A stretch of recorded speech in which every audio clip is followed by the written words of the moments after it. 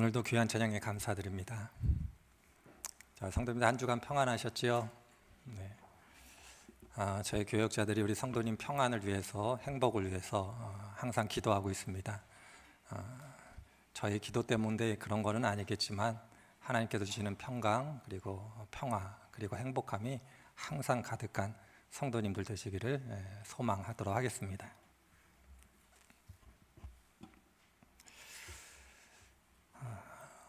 이 자리에 계신 성도님들 중에 저보다 더 연세가 많으시기 때문에 제가 인생에 대해서 말하는 것이 조금 조심스럽습니다만은 그저 설교자로 이 자리에서 우리 성도님들께 인생에 대해서 혹은 우리들이 살아가고 있는 이 삶에 대해서 한 가지 특징을 좀 말씀을 드릴 수 있다면 아마 그것 중에 하나가 내가 살아가고 있는 삶의 자리에서 나의 존재의 가치를 증명하는 것이지 않을까, 이런 생각을 해보게 됩니다.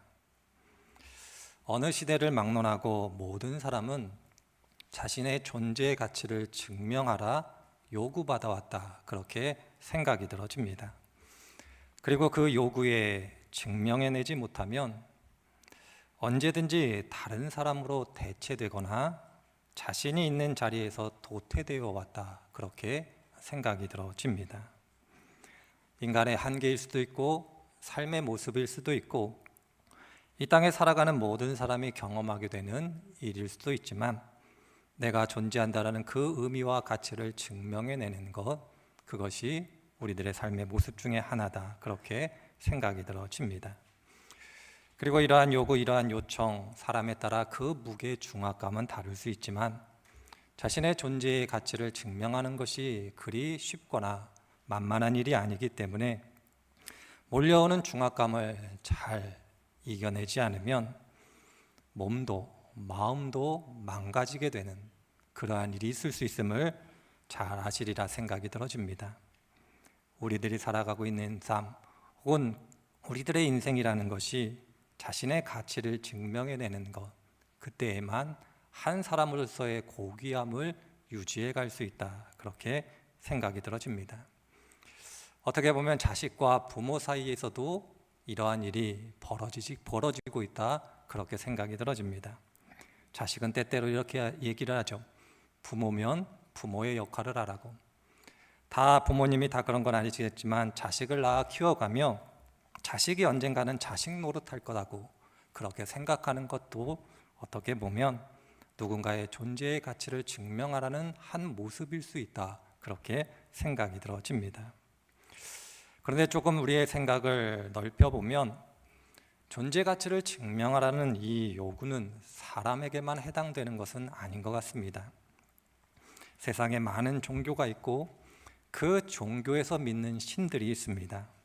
세상의 종교 그리고 세상의 신들도 자신의 존재 가치를 증명하라, 그렇게 요구받고 있다 생각이 들어집니다. 사람들이 종교를 갖는 이유는 다양할 수 있겠습니다만 하나로 요약할 수 있다면 내가 믿는 종교의 신이 내가 할 수 없는 일을 해낼 수 있다, 그렇게 믿기 때문에 종교를 갖고 신을 믿는 겁니다. 달리 이야기하자면 나는 할 수 없지만 내가 믿는 절대자 그 신은 내가 할 수 없는 것을 할 수 있다라는 그 역할을 부여함으로써 신앙과 종교는 유지되는 겁니다. 존재 가치를 증명하라는 것이고 그 존재 가치를 신들이 증명해낼 때에만 믿음 혹은 그 종교도 유지된다, 그렇게 생각이 들어집니다. 세상의 종교와 신들만 그런 것은 아닌 것 같습니다. 성경을 읽어보니 하나님도 예외 없이 사람들에게 존재의 가치를 증명하라 요구받고 있음을 발견하게 됩니다. 창세기부터 요한계시록까지 많은 것을 예를 들 수 있겠지만 출애굽기 17장을 통해서 이스라엘 사람들이 애굽에서 나온 다음 하나님께 요구하는 장면을 통해서 하나님도 자신의 존재 가치를 증명하라 요구받고 있음을 발견하게 됩니다. 출애굽기 17장을 보면 르비딤에 머물게 된 이스라엘 사람들의 이야기가 등장합니다. 그곳은 광야였기 때문에 마실 물이 없었습니다. 마실 물이 없게 되자 이스라엘 사람들이 하나님을 원망하기 시작합니다. 죽일 장소가 없어서 이 광야로 이끌어내어 우리들을 죽이려 하느냐? 그것이 아니라면 우리들에게 물을 달라. 그렇게 하나님께 원망하며 요구를 합니다.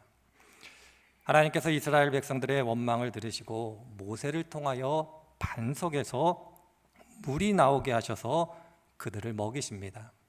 그리고 모세를 통해서 하나님께서 하신 말씀이 나를 시험하는구나, 이렇게 모세를 통해서 말씀하고 계십니다. 이스라엘 백성들은 하나님께 다른 것을 요구한 것이 아닙니다. 하나님, 당신이 우리들을 애굽에서 이끌어내었고 가나안 땅으로 이끌어 가신다고 약속하셨고 하나님은 전능한 하나님이라 그렇게 말씀하셨다라면 말만 하지 말고 증명해 보이라는 겁니다. 광야에서 물이 없다라는 것은 당연한 것이지만 광야에 물이 없는 것은 하나님의 전능하심으로 해결할 수 있으니 하나님의 존재 가치를 증명해 보이라고 이스라엘 사람들이 요구를 한 겁니다. 어떻게 보면 하나님이 어떻게 하시는가를 통해서 하나님을 검증하고자 한 마음이 이스라엘 사람들의 이 행동에 담겨져 있었다, 그렇게 말씀드릴 수 있을 겁니다. 하나님만 하나님의 존재의 가치를 증명하라 요구받은 것은 아닙니다. 오늘 말씀을 읽어보니 예수님도 사람들에 의해서 존재의 가치에 증명하라 요구받고 있습니다. 예수님을 찾아온 사람은 둘 중에 하나였습니다. 예수님을 믿어 찾아왔던, 아니면 이스라엘 백성들이 하나님을 시험하듯 예수님을 시험하려 찾아온 사람 둘 중에 하나였습니다. 오늘 말씀은 그 두 번째 사람, 예수님을 시험하러 찾아온 사람들이 예수님께 요구하고 있습니다. 당신이 하나님의 아들이라면, 당신이 메시아라면, 당신이 하늘로부터 오는 기적을 보여줄 수 있으니 그 기적을 보이라, 그렇게 요구하고 있습니다. 예수님도 말만 하지 말고 당신의 가치, 당신의 존재의 의미를 증명해내라, 그렇게 요구받고 계시는 겁니다. 예수님은 이러한 요구에 다른 대답을 하고 계십니다. 내가 너희들에게 기적을 보여줄 수는 없고 너희들이 기적을 요구하지만 나는 요나의 표적, 그것만 보여줄 수 있다, 그렇게 말씀하고 계십니다. 복음서를 읽어보면 요나의 표적이라는 표현은 마태복음과 오늘 함께 읽은 누가복음에 등장합니다. 그런데 이 요나의 표적이라는 이 표현은 마태복음과 누가복음에 있어서는 의미가 다릅니다. 먼저 마태복음에서는 이렇게 예수님께서 요나의 표적을 설명하고 계십니다. 마태복음 12장 40절의 말씀입니다. 요나가 밤낮 사흘 동안 큰 물고기 뱃속에 있었던 것 같이 인자도 밤낮 사흘 동안 땅속에 있을 것이다, 이렇게 말씀하고 계십니다. 마태복음에서 이야기하는 요나의 표적은 십자가의 죽음과 부활을 의미합니다. 사람들은 자신의 필요를 채워달라 이야기했지만 예수님은 나는 너희들의 필요를 채우러 이 땅에 온 것이 아니라 너희들의 문제를 해결하러 이 땅에 왔다, 그렇게 대답하고 계시는 겁니다. 너희들은 기적, 너희들의 필요를 해결해달라 요구하지만 내가 이 땅에 와 죽는 것, 그리고 부활하는 것은 너희들의 근원적인 문제를 해결하는 것이다, 그렇게 답을 하고 계십니다. 이것이 마태복음의 의미입니다. 오늘 우리들이 함께 읽은 누가복음에서는 예수님은 요나의 표적을 이렇게 설명하고 계십니다. 니느웨 사람들이 요나의 전도를 듣고 회개했다, 이렇게 표현하고 있습니다. 오늘 함께 읽은 누가복음에서 요나의 표적은 사람을 변화시키는 하나님의 말씀을 의미합니다. 멸망으로 치달아가는 사람들, 그들을 변화시켜 구원에 이르게 하는 하나님의 말씀, 그것이 요나의 표적을 의미합니다. 그런 의미 속에서 오늘 본문에서 사람들이 기적을 요구할 때 예수님께서는 이렇게 말씀하시는 겁니다. 너희들은 나에게 기적을 보여달라 그렇게 요구하지만 나는 하나님의 말씀을 들려줄 뿐이다 그렇게 답하고 계시는 겁니다. 기적이 너희들을 새롭게 하거나 너희들을 구해내는 것이 아니라 하나님의 말씀이 너희들을 새롭게 하고 너희들을 구원해내는 것이다 그렇게 대답하고 계시는 겁니다. 예수님의 이 대답을 이해하는 데 도움이 되는 비유가 있습니다. 누가복음 16장에 나오는 부자와 거지 나사로의 비유입니다. 비유를 읽어보면 부자는 호화롭게 살았습니다. 거지 나사로는 부잣집에서 떨어져 나오는 음식을 먹고 살았습니다. 어느덧 세월이 지나 모든 사람이 가는 길을 부자도 가고 거지 나사로도 가게 됩니다. 죽음의 길입니다. 거지 나사로는 죽어 아브라함의 품으로 가게 되었고 부자는 음부로 가게 됩니다. 음부에서 부자는 아브라함 품에 있는 거지 나사로를 보게 됩니다.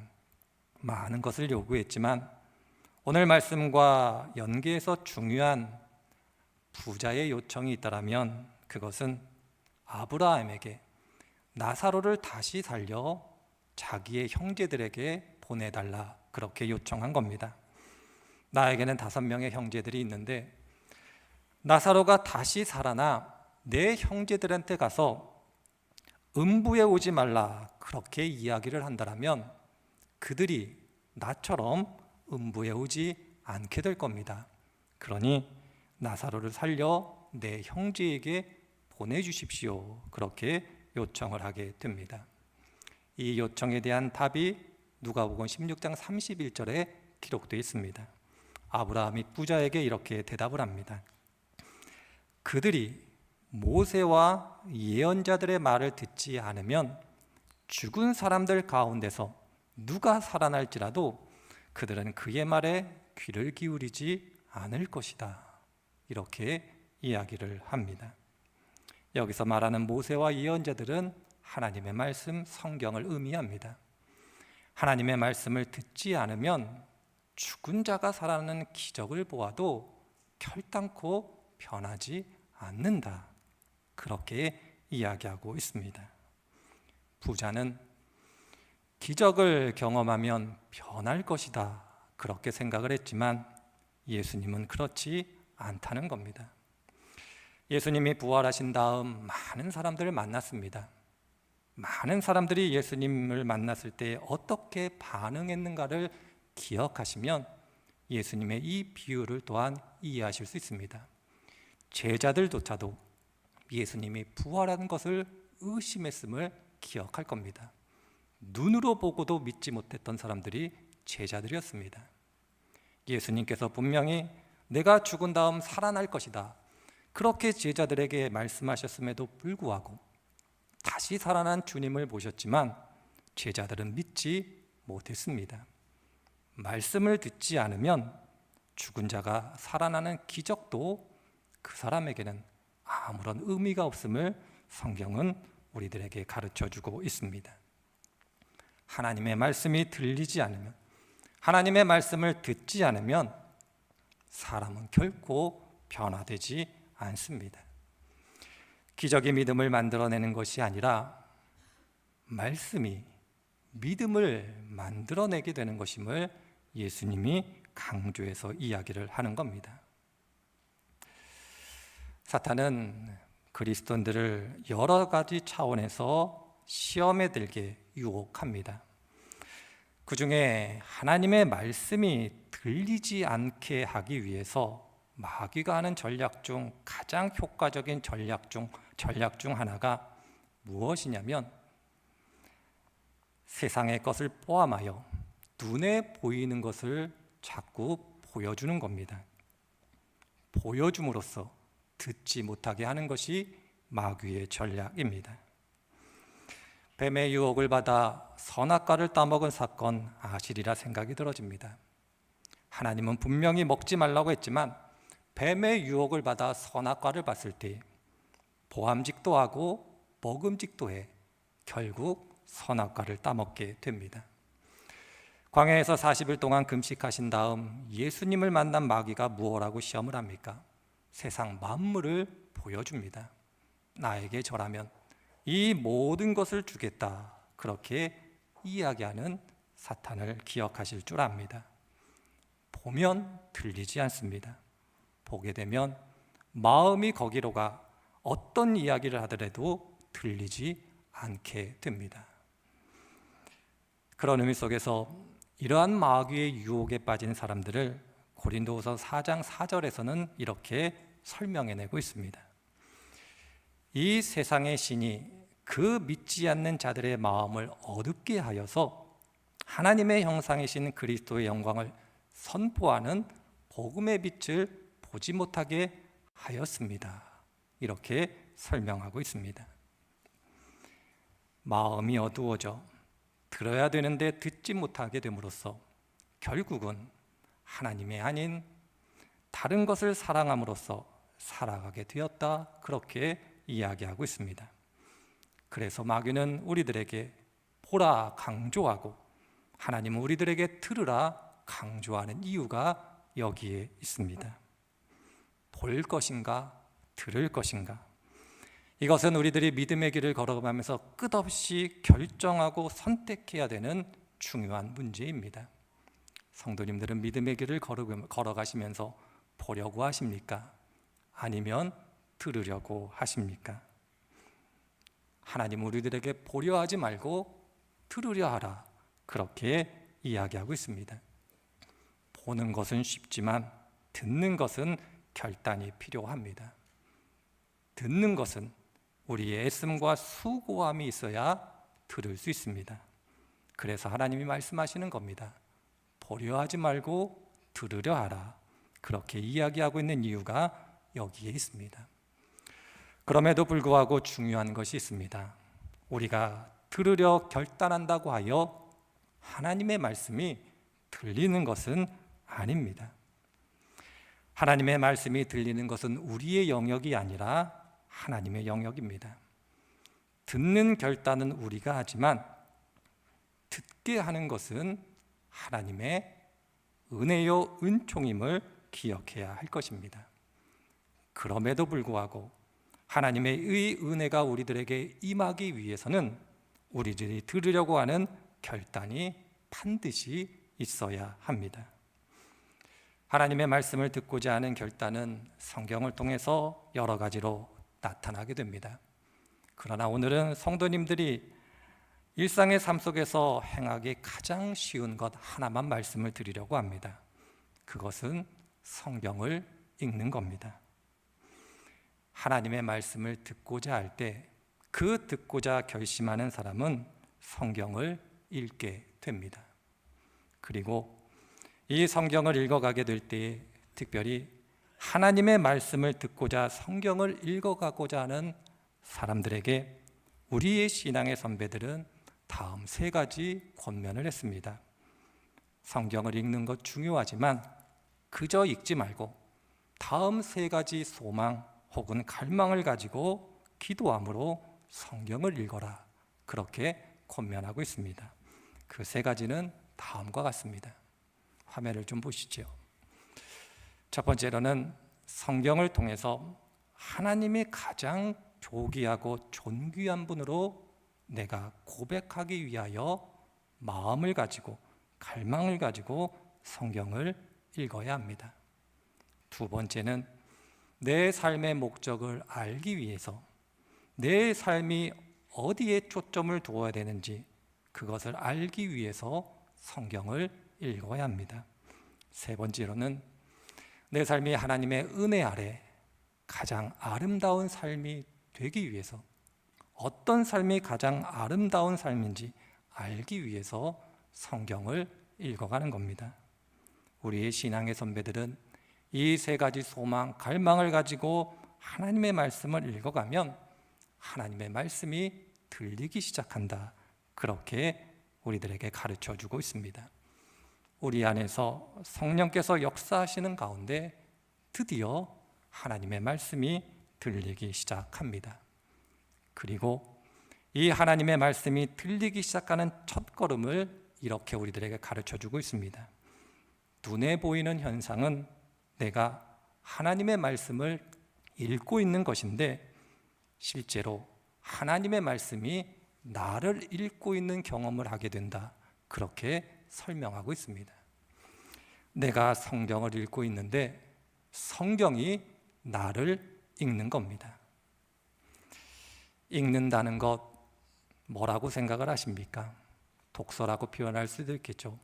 읽는다는 것은 세 가지로 구성이 됩니다. 첫 번째로, 읽는다는 것은 아는 겁니다. 알게 되는 겁니다. 깨닫게 되는 겁니다. 두 번째로는 해석하게 되는 겁니다.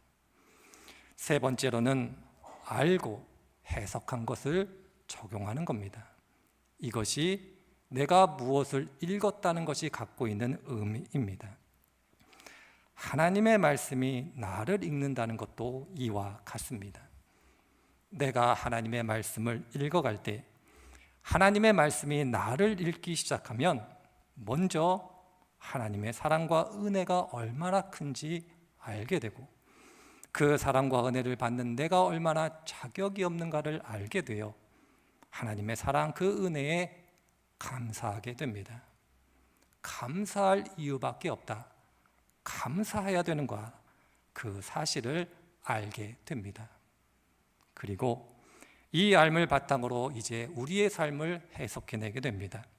내가 살아가고 있는 삶의 현실, 고통일 수도, 슬픔일 수도, 고난일 수도, 역경일 수도, 기쁨일 수도 있지만, 그 어떤 경우에도 하나님의 영광의 빛 아래에서 내가 살아가고 있는 삶의 현실을 해석해내게 됩니다. 그래서 결코 소망을 잃지 않습니다. 주님이 주시는 소망, 하나님만이 주실 수 있는 그 소망을 가지게 되는 것이 해석의 과정입니다. 그리고 암과 해석을 통하여 이제 적용하게 됩니다.